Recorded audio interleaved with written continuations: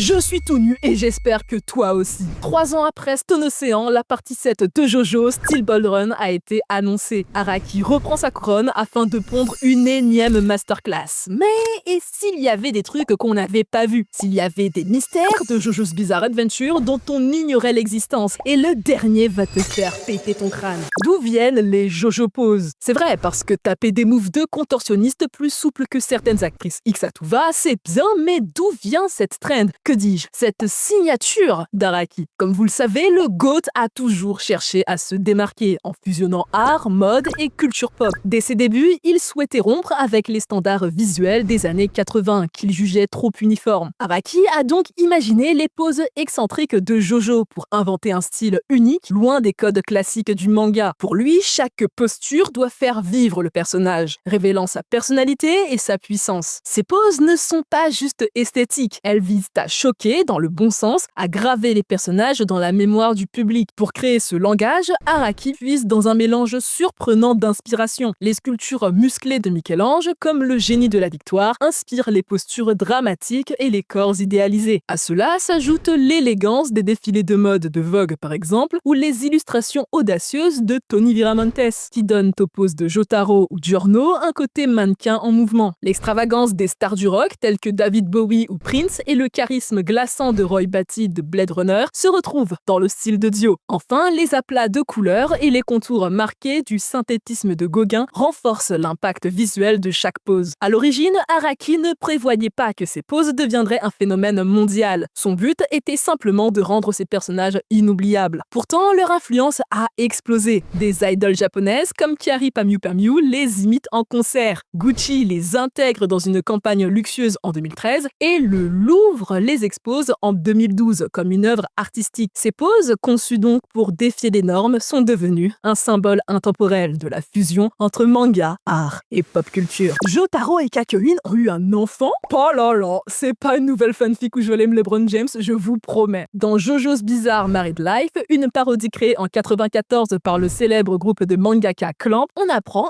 effectivement que Jotaro et Kakyoin ont eu un gosse. Qui ferme. L'histoire commence après les événements de Stardust Crusaders. Jotaro et Kakyoin sont mariés et Kakyoin pond un œuf mystérieux. Vous voyez, c'est ça votre problème. De cet œuf naît Jota Kujo, un enfant qui grandit à une vitesse incroyable et possède un stand nommé Charmy Green, mélange des pouvoirs de Star Platinum et Hierophant Green. Jota, bien que jeune, développe rapidement une personnalité complexe. Il entretient une relation tendue avec Jotaro qu'il semble mépriser tout en étant proche de Kakyoin. Le récit explore cette dynamique familiale étrange avec humour et exagération. Le stand de Jota, Charmy Green, combine les capacités de ses deux parents, la force brute de Star Platinum et la flexibilité de Hierophant Green. Il peut notamment utiliser des attaques comme l'Emerald Starfinger, une fusion des techniques emblématiques de Jotaro et Kakyoin. Bien que ce ne soit pas officiel, croyez-moi que ça a fait parler. En tout cas, sympa comme fanfiction. Les morts de Diavolo sont des punitions? Mais quel vilain kiffeur! Vaincu par Giorno dans la partie 5, Diavolo est piégé par le pouvoir de Gold Experience Requiem dans une boucle infinie de morts. Chaque décès reflète une punition symbolique, une réponse directe à ses péchés passés. La première mort de Diavolo survient lorsqu'il est poignardé par un sans-abri, possiblement un toxicomane. Ironiquement, Diavolo avait autrefois détruit des vies en inondant les rues de drogue. Cette mort représente un retour de bâton, une vengeance du destin. Ensuite, il se réveille sur une table d'autopsie, inconnu et sans identité. Diavolo avait toujours cherché à effacer toute trace de lui-même, à rester dans l'ombre. Chose réussie parce que cette mort anonyme est l'aboutissement de son désir d'invisibilité poussé à l'extrême. Dans une autre boucle, il est renversé par une voiture, le conducteur ne le remarquant même pas. Et Diavolo,